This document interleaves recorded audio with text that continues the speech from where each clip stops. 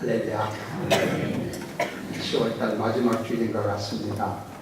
금방 세월이 지나가는데 지나간 날을 도우신 것 감사하고 앞날에도 하나님께서 유종의 미를 거두도록 축복하신 은혜가 계시기를 예수 이름으로 축원합니다. 옛날 얘기부터 먼저 하고 가려고 해요. 옛날에 효자가 하나가 있었답니다. 효자가 하나가 있었는데 여름 날씨인데 모기가 극성스럽게 다니고 있는 그런 여름 날씨예요. 이 여름 날씨라서 방에서는 잠을 잘 수가 없어서 마당에다가 평상을 놓고 아버지와 함께 잠을 자게 되었어요. 잠을 자는데 아니나 다를까 하얀 모기들이 덤벼가지고 뜯는데 하얀 모기들이 무는데 견딜 수가 없어요. 얼마나 힘든지 모르겠어요. 그래도 이 효자 아들은 자기 몸에 모기들이 붙어가지고 싹 물고 막 이러는데도 불구하고 모기를 쫓지 않는 거예요. 왜 모기를 쫓지 않느냐? 모기를 자기 몸에 붙어있는 모기를 쫓으면 이 모기가 틀림없이 옆에 있는 아버지한테 갈 거란 말이에요. 그러면 아버지가 더 뜯길 것이 되지 않느냐? 그러니 아버지를 위해서 내가 차라리 모기한테 헌혈을 하는 게 낫겠다. 그래 생각해가지고 밤새껏 그 많은 모기를 뜯겨가면서 고통스럽게 한 밤을 지새웠다고 하는 그런 옛날 얘기가 있어요. 여러분, 이 얘기에 대해서 여러분 어떻게 생각하세요? 요즘 젊은 사람들에게 이런 얘기를 하면은 그 사람에게 그렇게 미련한 사람인지 모르겠다. 아니, 그렇게 살 게 아니라 모기망을 치든지 하면 될 것이고 모기약이 있으니까 모기약을 뿌리든지 하면 되는 것을 왜 그렇게 밤새껏 모기를 물려가면서 그렇게 밤을 지새웠다는 얘기냐. 여러분 생각에는 이 아들이 똑똑한 아들 같아요? 미련한 아들 같아요? 문제는 뭐냐면은 알 것이 뭐냐면 그렇게 오늘날 사람들이 그렇게 생각하기 때문에 그렇게 이게 미련한 것처럼 생각하고 어리석은 것 같이 생각하고 바보스럽게 생각하기 때문에 오늘날 세상에 살 맛이 없다는 얘기예요. 생각을 해보세요. 아버지를 생각을 해서 모기한테 시달림을 받아가면서 밤새껏 꾹꾹 참고 아버지를 생각해서 그 밤을 세워가는 아들의 마음. 여러분 좀 바보스러우면 어때요? 그 당시에는 모기망도 없고 모기약도 없던 시대에 마음이 얼마나 결박하냐 이거지.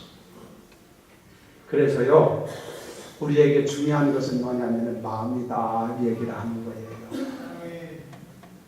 여러분 이런 마음씨가 우리들에게 없기 때문에 오늘 살아가는 사람들에게 없기 때문에 세상이 강팍하고 세상이 살기가 어려워지는 거란 말이에요. 오늘날 사람들은 대부분이 다 만사를 돈으로 해결하려고 그러고 다 이기주의적이고 자기중심적이고 남을 배려하는 마음이 없이 이렇게 살아가니까 아무리 행복을 뒤져봐도 행복이 찾아오지도 않고 찾아볼 수도 없어요. 이런 세상을 우리가 살아가요. 그러니까 우리가 이 세상을 살면서 내가 어떤 마음을 가지고 사느냐 어떤 생각을 가지고 사느냐 하는 것이 중요해요.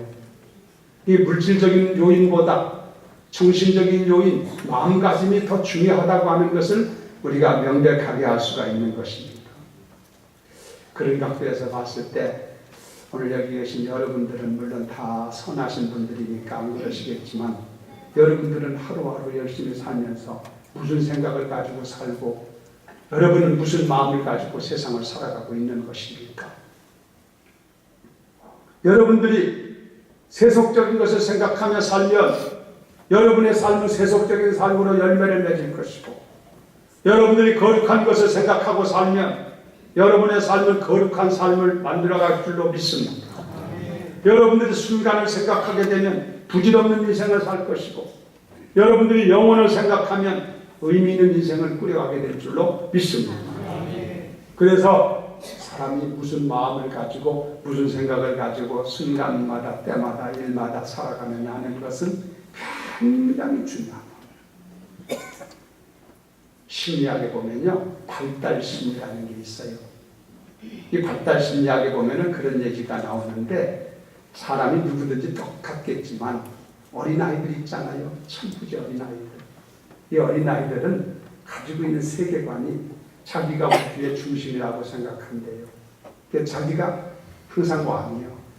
그래서 어머니는 내게 젖을 먹여주는 사람이고, 아버지는 내게 장난감 사다 주는 사람이고, 내 언니나 누나는 내가 무등을 타고 노는 장난감이라고 생각하고, 다 나를 위해서 저들이 존재한다고 보는 거예요. 자기 중심이기 때문에. 이게 어렸을 때, 철없을 때는 그렇게 생각한다고 발달 심리학에서 얘기해요. 그런데 이 아이가 조금 성장을 하면서 눈이 떠지고 생각이 달라지기 시작해요. 아, 보니까 나만 있는 게 아니라 주변에 사람들이 있는 것을 알게 됩니다.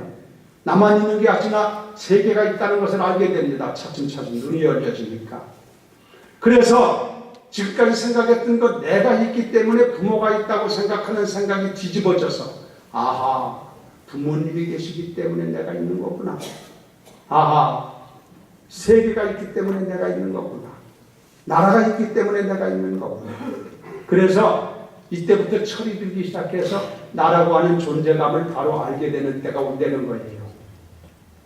근데 어떤 사람은 나이가 제법 들었는데도 불구하고 철이 들들어서 여전히 어린아이 같은 생각을 갖는 사람들이 많다는 것이지. 근데 중요한 것은 예수 믿는 그리스도인의 경우도 비장파장이다. 여러분들이 하나님 앞에서 철이 들면, 지금까지 철이 없을 때는 내가 있기 때문에 하나님 있고 나를 중심해서 모든 것이 전개되고 펼쳐지고 이루어지는 것으로 생각하는데, 좀 철이 들면 아, 그게 아니고 하나님이 계시기 때문에 내가 있구나. 하나님의 구속의 은총이 계셔서 내가 구원을 받았구나. 하나님의 그 크신 은총과 사랑이 계셔서 내가 그 품 안에서 살고 있구나. 그래서 감사하고 감격하고 그 안에서 평안을 누리고 기뻐하면서 살아가는 그런 사람이 되는 줄로 믿으면 아멘. 그래, 우리 그리스도인들이 뭔가 좀 생각이 달라지고 좀 철이 드는 것처럼 이렇게 돼야 된다 말이지요. 오늘 여기 계신 여러분들은 다 이런 수준에 있는 줄로 믿습니다만, 오늘 말씀을 나눠가면서 우리의 부족한 것을 다시 뉘우치고 하나님 앞에서 예수 닮아지는 그런 삶으로 변화되는 역사가 있기를 예수님 이름으로 축원합니다. 오늘 말씀에 보면은 근심 위에 근심이라는 말이 있어요. 근심에 대한 얘기가 상당히 많이 나오고 있다는 얘기예요. 근심이라고 하는 것은 우리가 잘 압니다만은 육신의 고통을 가지고 근심이라고 하지 아니하고 마음에 밀려오는 고통을 근심이라고 얘기를 합니다. 자, 본문 말씀에 보면 내가 편지를 너희에게 근심하게 한 것을 후회하였으나 지금은 후회하지 아니하면 그 편지가 너희로 잠시만 근심하게 한 줄 아니라, 그리고 하나님의 뜻대로 하는 근심은 영생을 이루고 구원을 이루는 줄 아니라. 이런 얘기를 하면서 예수 믿는 사람들도 우리가 근심을 해야 될 근심이 있고 버려야 될 근심이 있는 것을 가르쳐주고 있다는 얘기죠. 오늘 여러분들이 저 앞에 왔는데 말씀을 듣는 가운데 내가 버려야 될 근심은 오늘 다 버리고 가기를 바라고, 내가 가져야 될 근심은 챙겨가지고 다 가지고 가셔서 근심하며 기도하는 여러분 되기를 예수 이름으로 축원합니다. 자, 오늘 이 말씀을 이해하기 위해서 이 상황, 이 본문 말씀에 이루어진 배경을 제가 설명을 해야 돼요. 이게 무슨 얘기냐? 이걸 잘 들으면 여러분들이 금방 이게 무슨 소리인지 알아요.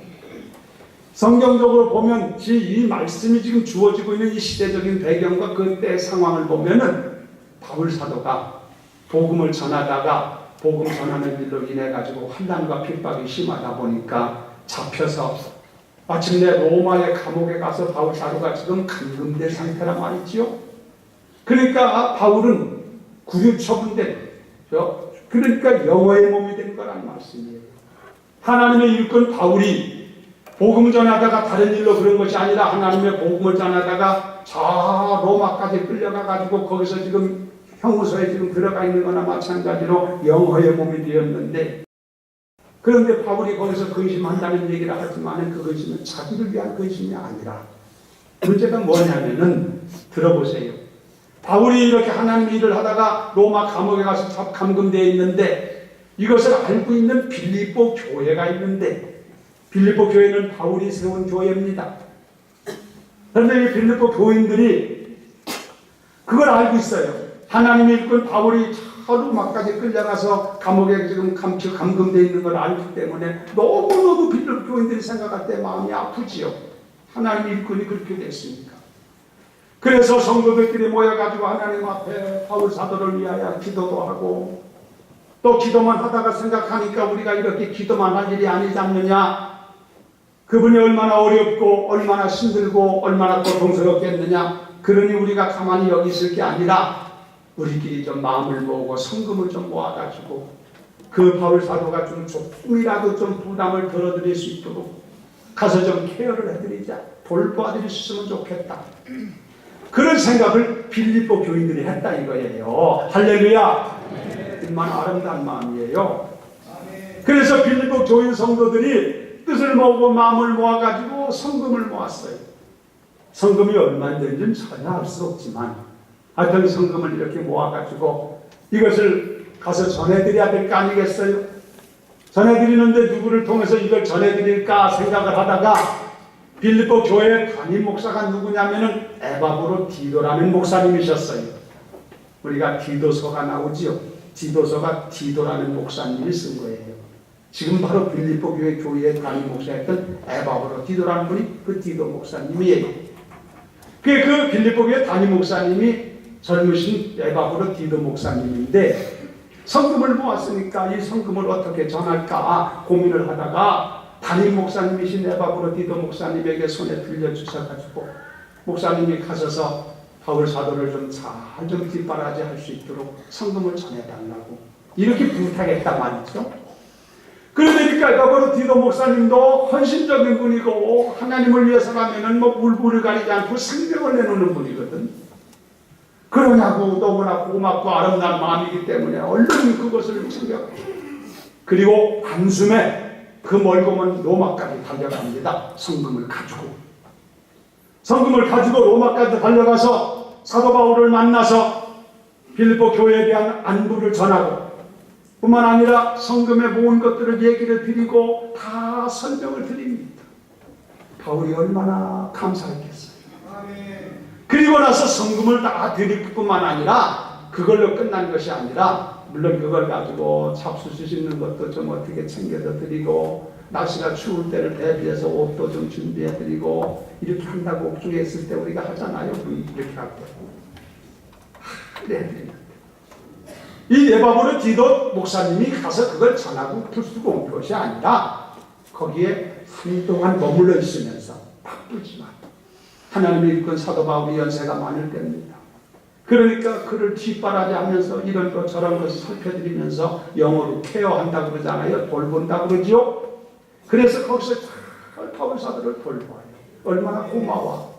빌립보 교인도 아름답고 이런 일을 하는 에바브로디도 목사님도 고맙고 할렐루야. 이런 사람들이 있기 때문에 세상에 행복한 줄로 믿습니다. 그런데 이게 웬일이냐 이거요. 이렇게 잘 돌보고 있는데 객지에서 하고 있는데 에바브로디도 목사님이 하는데 갑자기 몸에 병이 났어. 병도 보통 감기나 이런 게 아니고 생사를 가늠하는 중병이 났단 말이야. 객지에서. 이렇게 되니까 상황이 이게 보통 문제가 아니란 말이지. 이렇게 되니까 빌립보 교회 교인들은 다들 딱 놀랬지. 걱정이 오는 거지. 무슨 걱정이 오느냐. 아이고 바울 사도를 돌보아드리라고 이렇게 보내드렸는데 혹을 때려갔다가 혹을 붙인 꼴이 때문에 목사님이 가서 병이 나서 쓰러졌어요. 그 먼 객지에 가서 빌립보 교인들이 얼마나 마음이 아프겠어요. 그렇지 않겠어요 여러분? 또 목사님이 보내드린 것이 마음에 걸리기도 하고 이 일을 통해서 바울 사도가 이걸 알고 계실 텐데 그러면 바울 사도 하나님의 종은 얼마나 일 때문에 마음 상심하고 안타까워 하실까.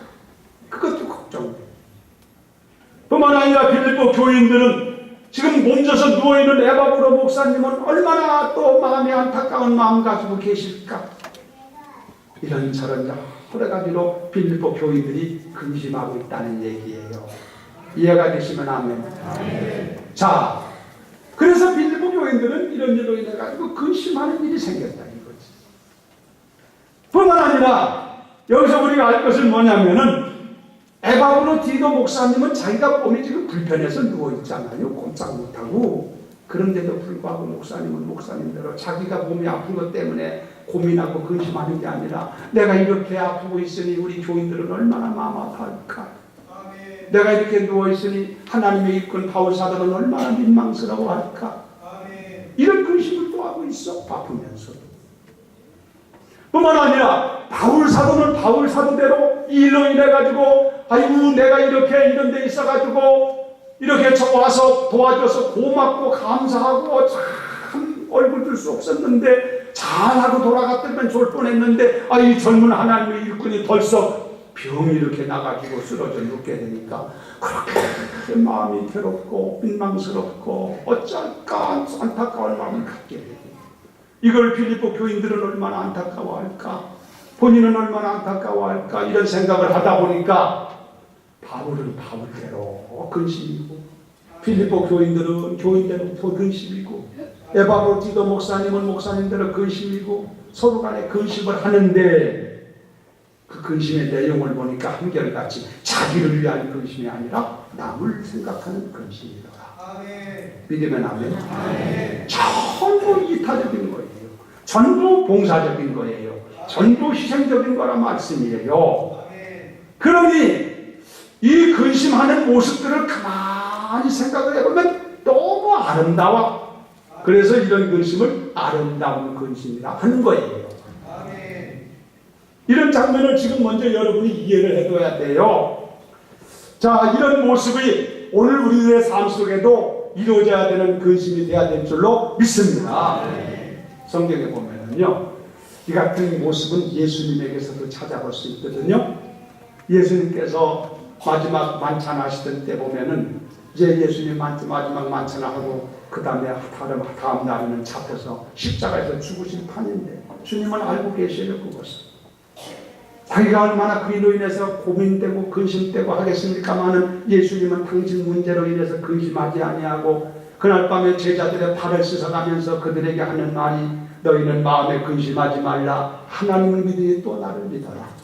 내가 너희 있을 것을 다 예비해두마. 할렐루야. 그 예수님께서는 매일 잡혀서 죽을 판인데도 불구하고 당신 근심하는 게 아니라 제자들을 근심하는 마음으로 위로해주는 장면을 볼 수 있다는 거지. 이타적 근심이다 그래요. 또 예수님께서 십자가에서 이렇게 돌아가실 때도 보면은 그 고통이 얼마나고 그 수모가 오죽하겠습니까마는 당신이 당하는 그로 인해 가지고 예수님께서 고통을 느끼고 괴로워하는 게 아니라 도리어 자기를 십자가에 못 박는 저들을 근심하면서 아버지여 저들을 용서해 주시옵소서. 저들이 알지 못하고 짓는 죄오니 저들을 용서해 주시옵소서. 이렇게 하는 그런 아름다운 모습을 본다 이거지. 이것이 예수 정신이고 이것이 우리가 본받아야 할 것이고 앞서간 성도들이 우리에게 본을 끼쳐준 모습인 줄로 믿습니다. 그러므로 우리들은 이런 정신을 배워야 돼요. 이런 생각을 가지고 살아야 바른 인생길 살고 바른 그리스도인의 삶을 살게 되는 줄로 믿습니다. 이 마음 오늘 우리가 가지고 살자는 얘기지. 제가요 존경하는 분이 한 분 계신데 이제 타계를 하셔서 지금 세상에 안 계신데요. 그분은 평생도록 부부가 이렇게 같이 살면서 아내가 밥을 지어서 이제 주어서 먹고 살았잖아요. 그런데 가끔 아내가 밥을 지어서 온 밥 속에 보면 돌이 들을 때가 있어. 요즘에는 보정을 잘해서 돌이 전혀 들지 않아요. 이 쌀에. 근데 옛날에는요 쌀에 돌이 많았어요. 그래서 옛날에는 밥 지을 때 보면 바가지다 넣어서 이렇게 물로 해가지고 돌을 가려내가지고 했죠. 얼마 안 돼요 그게. 그 옛날에 그랬잖아. 그래서 그렇게 해도 돌이 들어갈 때가 있었잖아요 옛날에. 그 돌이 들어갈 때가 있어도 그래서 아내가 밥을 지어와서 갖다 놓고 먹다 보면 돌이 딱 깨물어질 때가 있다. 그래도 그 목사님은 모른 척 안 씹은 척, 슬쩍 아내를 생각해서 처리를 했대요. 꼭 나 같은 사람이.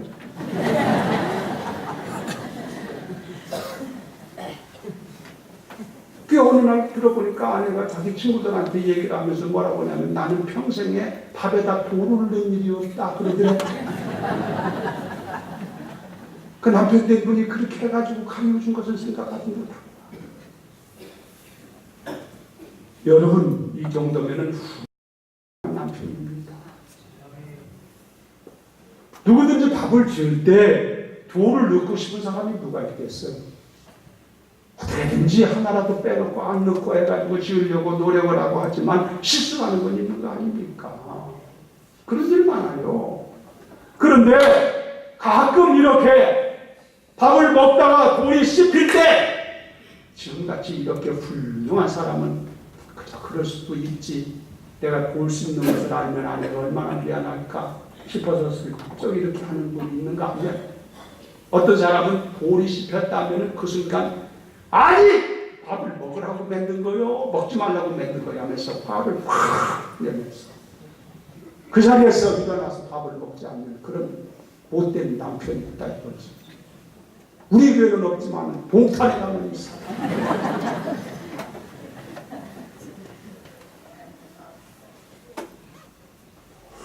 그러니까 마음이 중요하다 이거예요.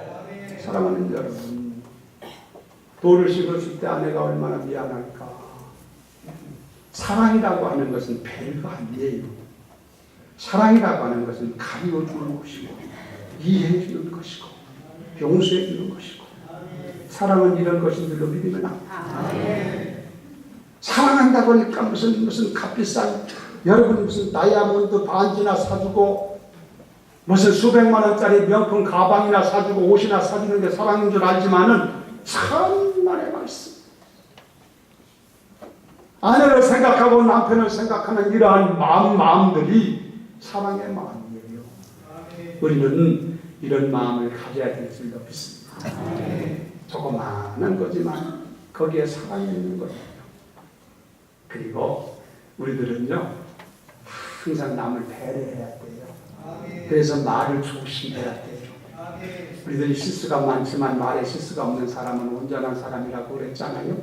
그래서 여러분 우리가 세상에 살면서 조심조심하되 말 조심해야 돼. 그래서 남에게 상처 주지 않고 남에게 피해가 주지 않도록 조심하는 여러분 되기를 예수 이름으로 축원합니다. 그 얘기를 하니까 생각이 나는데요. 한 번은 어느 집사님인데 아주 오랜만에 만났어요. 한 20년도 더 돼가지고 만난 일이 있어요.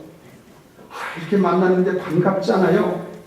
만났는데 이 집사님이 나를 보더니 뭐라고 하냐면 아이쿠 목사님도 이제 늙으셨네요. 어쩌라는 얘기요? 여러분 같으면 이럴 때 기분이 어떠리라고 생각을 하세요? 저는 워낙 사람이 좋은 사람이라 그러십니까? 아이고 지나온 세월이 얼마인데요. 그랬지만 속으로 어떻게 하는지 아세요?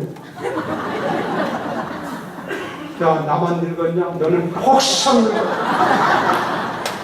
그렇게 하려다가 안 했다. 그러니까 쓸데없는 말 할 거 없어요.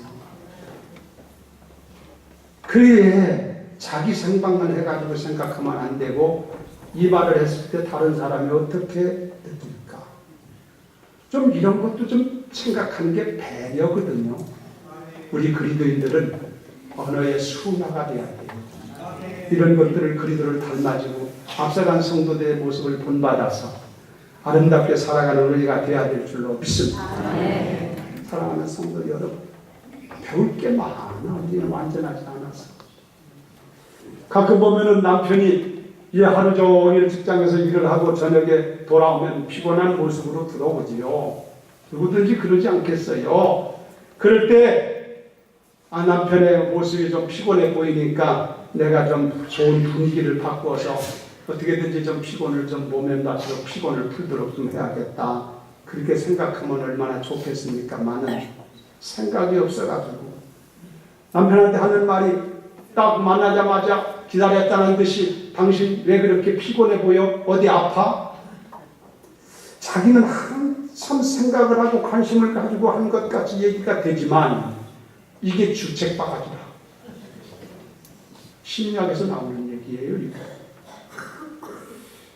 내가 피곤해 보이는 것을 피곤해 보인다고 얘기하면 다른 사람에게 당신 피곤해 보인다 하면 피곤은 가중 피곤이 되는 거예요. 그래서 남편이 생각, 어이구, 이게 내가 몸이 이상이 왔나? 병원에도 가봐야 되지 않겠나? 점점 피곤함이 찾아오고. 이게 말을 할 줄 알아야 된다 이거지. 그렇게 얘기하면 안 된다는 거예요, 심리학에서. 그래서 우리들은요, 이런 걸 조심해야 될 필요가 있다. 그래야 우리의 삶이 행복이 주어질 줄로 믿습니다. 피차간에 조심해야 될 필요가 있다. 얼마나 좋은 말들이에요. 하나님의 교회에서 예수 닮아지는 삶이 이런 삶인 줄로 믿습니다. 간혹 병원에 문병을 가서 이렇게 보게 되면 사람들이 이렇게 문병하면은 몸좀 누워있는 모습을 찾아가서 보면 안타깝잖아요. 사람이 가지고 있는 병 가운데 제일 고통스러운 병이 의사들의 말에 의하면 담석증이라고 그럽니다. 저는 그걸 안 알아봐서 잘 모르겠습니다만 어떻게 무슨 병이 됐건 간에 병원에 가서 누워있는 문병을 가서 찾아면서 아이고 얼마나 고통스럽고 얼마나 힘드세요 하고 이렇게 말을 하면 어떤 사람은 대답하기를 자기가 고통 가운데 있음에도 불구하고 아이고 목사님 견딜만 해요. 괜찮아요. 곧 괜찮아지겠지요. 이렇게 얘기하는 사람이 있는가 하며 어떤 사람은 내가 봤을 때도 별로 아프지 않은 것 같은데 온통 동네 사람 다 괴롭히고 식구들 다 못 살게 굴며 자기가 아픈 것이 벼슬이라도 하는 것처럼 그런 사람들이 있다. 사람은 성격이 다 다르고 사람의 삶의 모습이 다르니까 여러 가지 있을 수 있지만 어떤 사람이 더 성품이 온전하고 그 사람이 인격적이고 얼마나 그 사람이 사람됨이 훌륭하냐. 그러니까 사람이 성숙했다. 사람이 인품이 훌륭하다. 사람이 사람됨이 복스럽다. 이렇게 하는 것은 얼굴 잘생겼다고 하는 얘기가 아니에요. 그것이 아니라 마음이 예뻐야 마음가짐이 훌륭해야 그 사람이 훌륭한 인격의 사람이 되는 줄로 믿으면 아멘. 이게 무슨 마음이냐? 남을 배려하는 마음, 남의 마음을 좀 헤아리는 마음, 이런 마음을 가져야 된다 이거지. 거기에 행복이 샘솟듯 솟아나고 거기에 불행했던 세상에 행복한 세상으로 뒤집어지는 아름다운 창출의 역사가 나타나는 줄로 믿으면 아멘. 오늘 성경의 필리포 교인들대로 자기들 때문에 고민하고 그런 게 아니라 사도 바울을 위하여 자기 교회 담임 목사를 위해서 염려하고 바울 사도는 자기 때문에 그런 게 아니고 다른 사람들을 위해서 염려하고 또 그분들 나름대로 다 각각 이타적인 근심 속에 있는 모습을 본다 이거지. 이건 배려의 마음에서 주어지는 것인 줄로 믿습니다.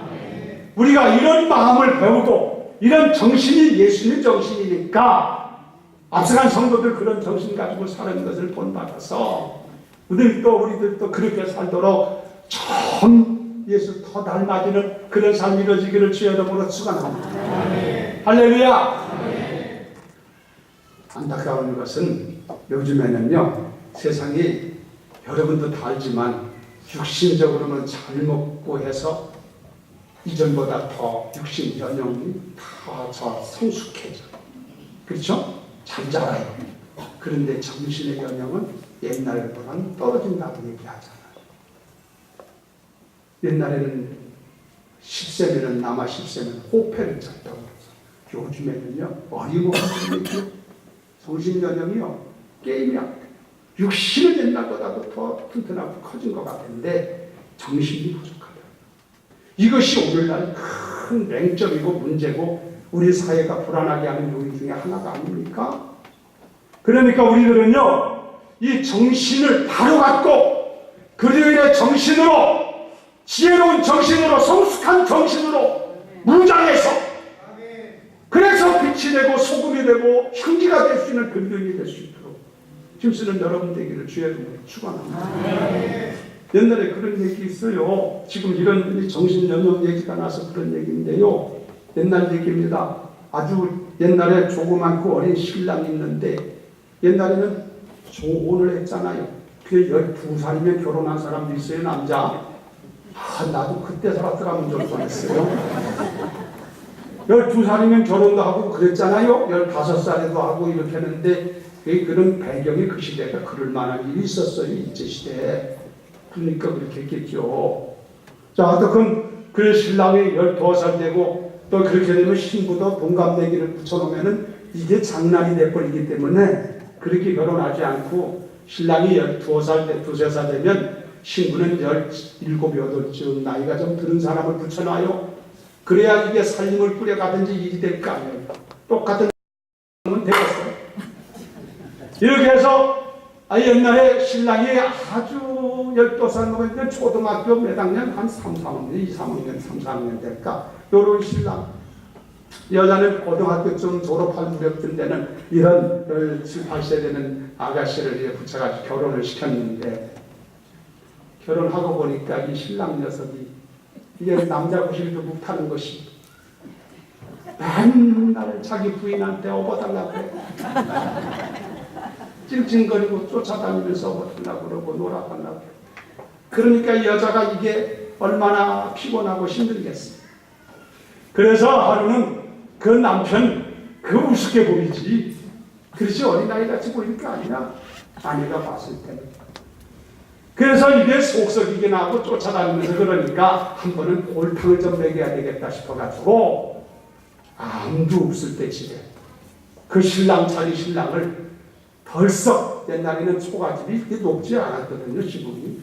그 동생, 그 남편을 갖다가 애를, 그 남편이요?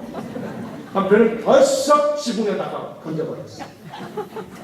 그 이 아이가 지붕에 덜썩 가서 주저앉았을 거 아니에요? 이거 지가 내려올 수도 없는 것이고 난감하겠죠. 근데 그러고 있는데 조금 있으니까 시아버지가 오는 거예요. 시아버님이 오면서 무슨 아이 소리가 나서, 아들 소리가 나서 보니까 지붕에 올라앉아 있어요. 이쯤 되니까 이 며느리는 지금 얼마나 이게 참 난감한 얘기야. 이 신랑이 뭐라 그러냐 말에 따라서 쫓겨날 수 있어. 시아버지가 그 틈에 왔어요. 그래가지고 시아버지가 지붕에 앉아있는 아들을 보고 너 왜 거기가 있느냐 하고 물어보니까 그때 마침 지붕에다가 호박을 기르고 있었던지 이 12살 먹은 신랑이 하는 말이, 여보 큰 호박 고를까 작은 호박.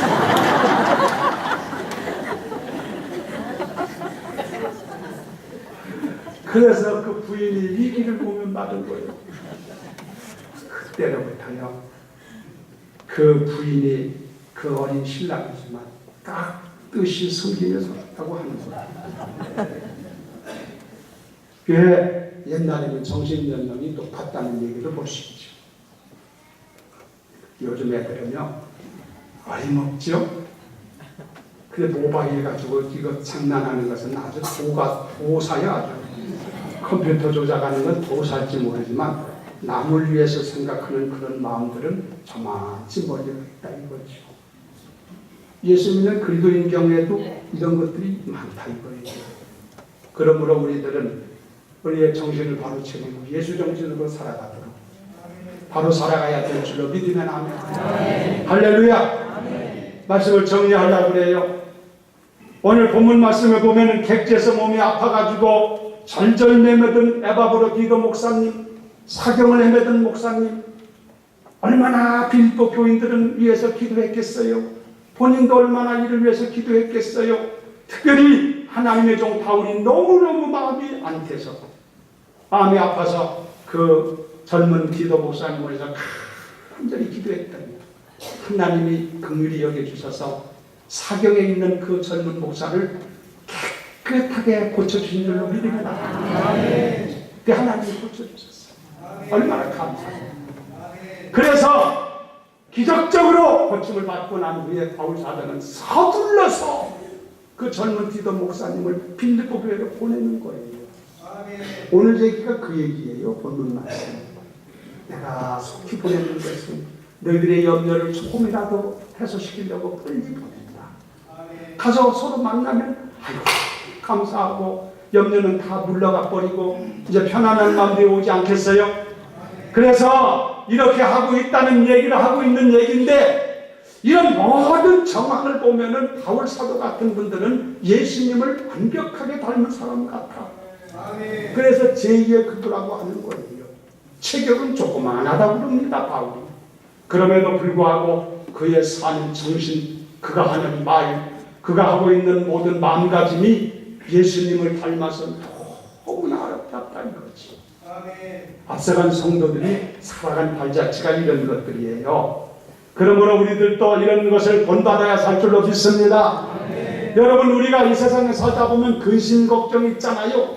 그러나 성령에 쓸데없는 것, 부질없는 그런 근심 걱정은 하지 말고, 그런 것은 다 내 염려를 주께 맡겨라. 할렐루야. 그런 걸 근심하라는 거 아니고, 그런 건 다 맡기고, 그런 것은 다 여러분 버리고 살기 바랍니다. 그러나 내가 해야 될 근심이 뭐냐? 내가 어떻게 하면 하나님의 영광을 높일까? 내가 어떻게 하면 하나님을 기쁘게 할까?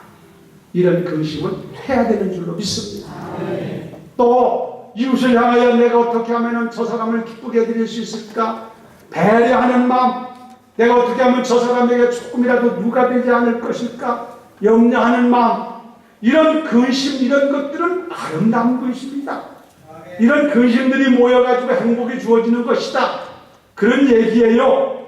여러분, 쓸데없는 근심 다 버리고 이런 아름답고 고상한 근심을 가지고 기도하면서 의미 있는 삶을 살아가기를 주의 이름으로 축원합니다.